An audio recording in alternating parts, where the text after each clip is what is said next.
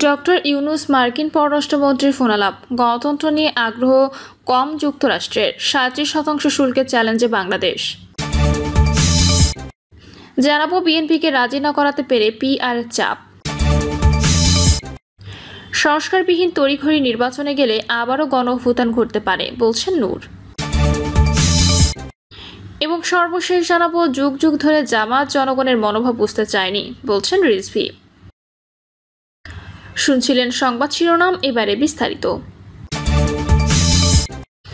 Doctor Yunus মার্কিন পররাষ্ট্রমন্ত্রীর ফোনালাপ। গণতন্ত্র নিয়ে আগ্রহ কম যুক্তরাষ্ট্রের, 37% শুল্কের চ্যালেঞ্জে বাংলাদেশ। মার্কিন প্রেসিডেন্ট ডোনাল্ড ট্রাম্পের প্রশাসন বাংলাদেশের গণতন্ত্র নিয়ে আগ্রহ দেখাচ্ছে কম, বরং বাণিজ্য ও ভূরাজনৈতিক প্রতিদ্বন্দ্বিতাই তাদের কাছে এখন বেশি গুরুত্বপূর্ণ। এমনটাই জানিয়েছেন ওয়াশিংটন ভিত্তিক নীতি গবেষণা প্রতিষ্ঠান উইলসন সেন্টারের সাউথ এশিয়া ইনস্টিটিউটের পরিচালক মাইকেল কুগেলম্যান। বিশেষ করে যখন বাংলাদেশকে 60% শুল্কের মতো কঠিন বাণিজ্যিক চ্যালেঞ্জ মোকাবিলা করতে হচ্ছে, তখন যুক্তরাষ্ট্রের এই অবস্থান নতুন করে আলোচনা তৈরি করেছে। ট্রাম্প প্রশাসন ব্যাপকভাবে বিদেশি সহায়তা কমিয়েছে উল্লেখ করে সম্প্রতি এক সংবাদ সম্মেলনে কুগেলম্যান বলেছেন, বাংলাদেশের গণতন্ত্রকে এগিয়ে নেওয়া কিংবা রাষ্ট্র গঠনে অর্থ ব্যয় তাদের আগ্রহ নিতান্তই কম। এ সময় প্রধান উপদেষ্টা অধ্যাপক ডক্টর মোহাম্মদ ইউনূস ও যুক্তরাষ্ট্রের পররাষ্ট্রমন্ত্রী মার্কো রুবিওর মধ্যকার সাম্প্রতিক ফোনালাপের কথা উল্লেখ করে তিনি বলেন, উভয় দেশের পক্ষ থেকে ওই ফোনালাপের যে বিবরণ প্রকাশ করা হয়েছে তাতে স্পষ্ট হয়েছে যে ওয়াশিংটনের কাছে এখন ঢাকার সঙ্গে সম্পর্কের গুরুত্ব বাণিজ্য ও আঞ্চলিক বৃহৎ শক্তিগুলোর সঙ্গে পাল্লা দেওয়ার ক্ষেত্রে যুক্তরাষ্ট্রের সঙ্গে বাণিজ্য চুক্তি না হলে বাংলাদেশকে 37% শুল্কের মুখে পড়তে হবে।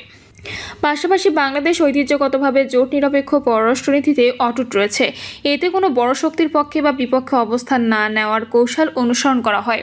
ফোনালাপের পর মার্কিন পররাষ্ট্র দপ্তরের মুখপাত্র ট্যামি ব্রুস বলেন, পররাষ্ট্রমন্ত্রীর প্রধান উপদেষ্টা উভয়ে যুক্তরাষ্ট্র বাংলাদেশ অর্থনৈতিক সম্পর্ক আরও গভীর করার অঙ্গীকার পুনর্ব্যক্ত করেছেন এবং ইন্দো প্যাসিফিক অঞ্চলের নিরাপত্তা ও স্থিতিশীলতা বাড়ানোর বিষয়ে একমত হয়েছেন।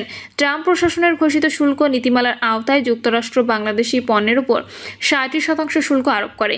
এই সংকট মোকাবেলায় গত এপ্রিলে জরুরি বৈঠক করে প্রধান উপদেষ্টা ডক্টর ইউনূস প্রয়োজনীয় নির্দেশনা দেন।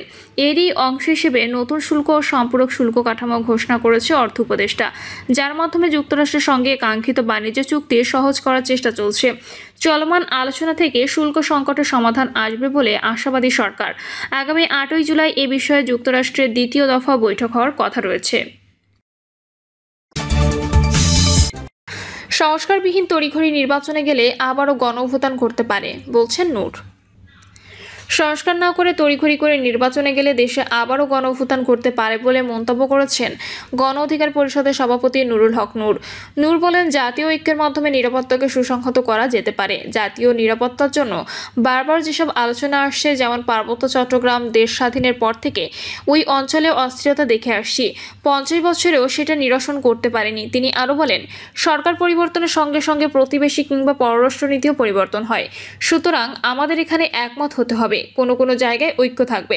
নূর বলেন, পতিত স্বৈরাচার আওয়ামী লীগের রাজনীতিতে কামব্যাক না করার প্রশ্নে সবাইকে পরিষ্কারভাবে অবস্থান নিতে হবে, অন্যথায় তারা কিন্তু বিদেশি শক্তির সঙ্গে ষড়যন্ত্র করে দেশকে অস্থিরতার দিকে নিয়ে যাবে। যুগ যুগ ধরে জামাত জনগণের মনোভাব বুঝতে চায়নি বলছেন রিজভী।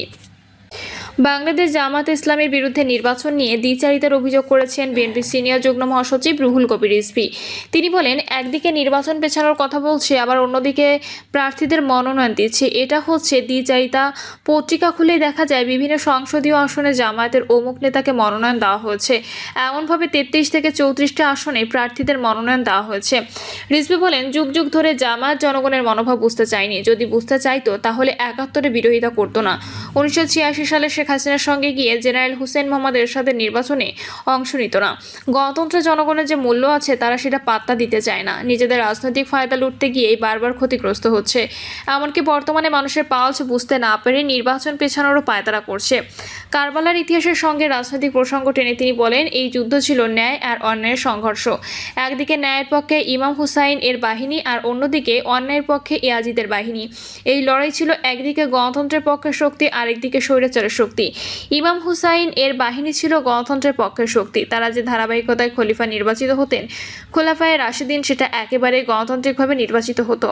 আর বায়েজিদের বাহিনী সেই গণতন্ত্রকে পুরোপুরি ধ্বংস করে রাজতন্ত্র স্বৈরাচার প্রতিষ্ঠা করে। বিএনপিকে রাজি না করাতে পেরে পিআরের চাপ। জাতীয় পার্টি, বাংলাদেশের কমিউনিস্ট পার্টি, সিপিবি সহ কয়েকটি দল অনেক বছর ধরে পিআর পদ্ধতির কথা বলছে। জামাত 2005 সাল থেকে পিআর পদ্ধতির কথা বললেও কখনো এ দাবিতে সোচ্চার ছিল না। জামায়াত গত মার্চে ঐকমত্য কমিশনে যে প্রস্তাব দিয়েছিল তাতে নিম্নকক্ষে আনুপাতিক পদ্ধতিতে নির্বাচনের দাবি ছিল না। এখন তারা এই দাবি করছে। ইসলামী আন্দোলন অবশ্য তা চেয়েছিল, তবে ইঙ্গিত দিয়েছিল উচ্চকক্ষ পিআর হলে নিম্নকক্ষ তারা বিদ্যমান পদ্ধতিতে মেনে নেবে। যুগপৎ আন্দোলনে বিএনপি শরিক জেএসডি, নাগরিক ঐক্য, গণসংহতি আন্দোলন, বিপ্লবী ওয়ার্কার্স পার্টি, রাষ্ট্র সংস্কার আন্দোলন ও আনুপাতিক পদ্ধতিই উচ্চকক্ষ চাইছে। একাধিক আলোচনা দর কষাকষির পরও বিএনপি তার অবস্থান বদল না করায় এখন জামায়াত, ইসলামী আন্দোলন, গণ অধিকার, বাংলাদেশ খেলাফত মজলিস, খেলাফত আন্দোলন, ইসলামী ঐক্যজোট, খেলাফত মজলিস সহ কয়েকটি দল পুরো নির্বাচনী পিআর পদ্ধতিতে আয়োজনের দাবি করছে।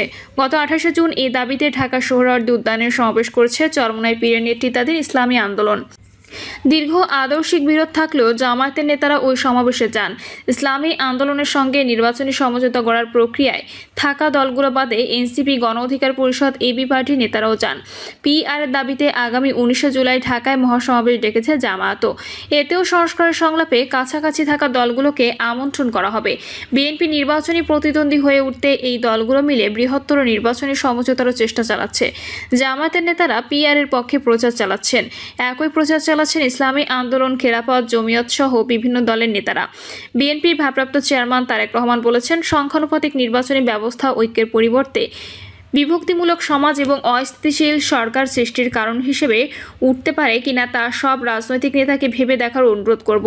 ডক্টর তাহের বলেছেন, সুষ্ঠু নির্বাচন এবং স্বৈরাচারের উৎপাদনের পথ স্থায়ীভাবে বন্ধ করতে পিআর লাগবে।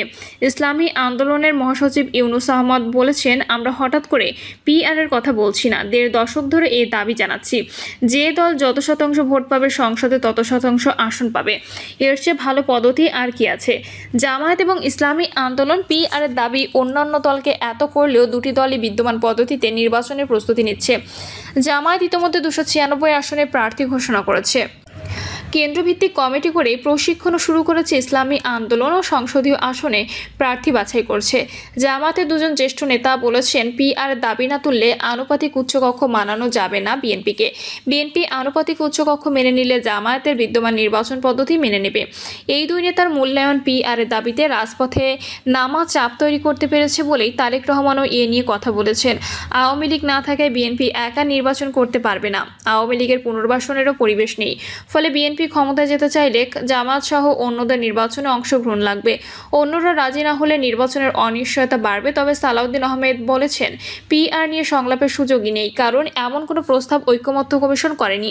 পিআরে বৃহত্তর সমঝোতায় এনসিপি শুধু আনুপাতিক উচ্চকক্ষ চায়, নিম্নকক্ষে পিআর চায় না। একই অবস্থান এবি পার্টি, গণ অধিকার পরিষদের। কিন্তু এই দলগুলো ইসলামী আন্দোলনের সমাবেশে গেছে। এনসিপি এবং গণ অধিকার পরিষদ জামায়াতের সমাবেশেও যাবে। পটুয়াখালী 3 আসনের নির্বাচনে নুরুল হক নূরকে সহায়তা করতে বিএনপি তৃণমূলে চিঠি দিলেও গণ অধিকার সভাপতি দলটির সঙ্গে দূরত্ব তৈরি করছেন। জামাতের সঙ্গে বৈঠক করেছেন তিনি। ইসলামী এবং গণতান্ত্রিক দলগুলোর মধ্যে নির্বাচনী সমঝোতার আলোচনা চালাতে একমত হয়েছেন। পিআরের পক্ষে না থাকলেও এনসিপি কেন সমাবেশগুলোতে যাচ্ছে? এ প্রশ্নে দলটির সদস্য সচিব আক্তার হোসেন বলেন, সংস্কার নিয়ে দলগুলোর অবস্থান কাছাকাছি। এনসিপি আনুপাতিক উচ্চকক্ষ, প্রধানমন্ত্রীর ক্ষমতা নিয়ন্ত্রণে সাংবিধানিক নিয়োগ কমিটি চায়। জামাত ইসলামী আন্দোলন সহ তা চায়। এই অবস্থানের কারণে এনসিপি তাদের সমাবেশে যাচ্ছে, যাতে সংস্কার বিষয়ে সমঝোতা অটুট থাকে। প্রিয় দর্শক, এই ছিল এখনকার সর্বশেষ সংবাদ। আপডেট সব সংবাদ পেতে চ্যানেলটি সাবস্ক্রাইব করে বেল আইকনটি ক্লিক করে রাখুন।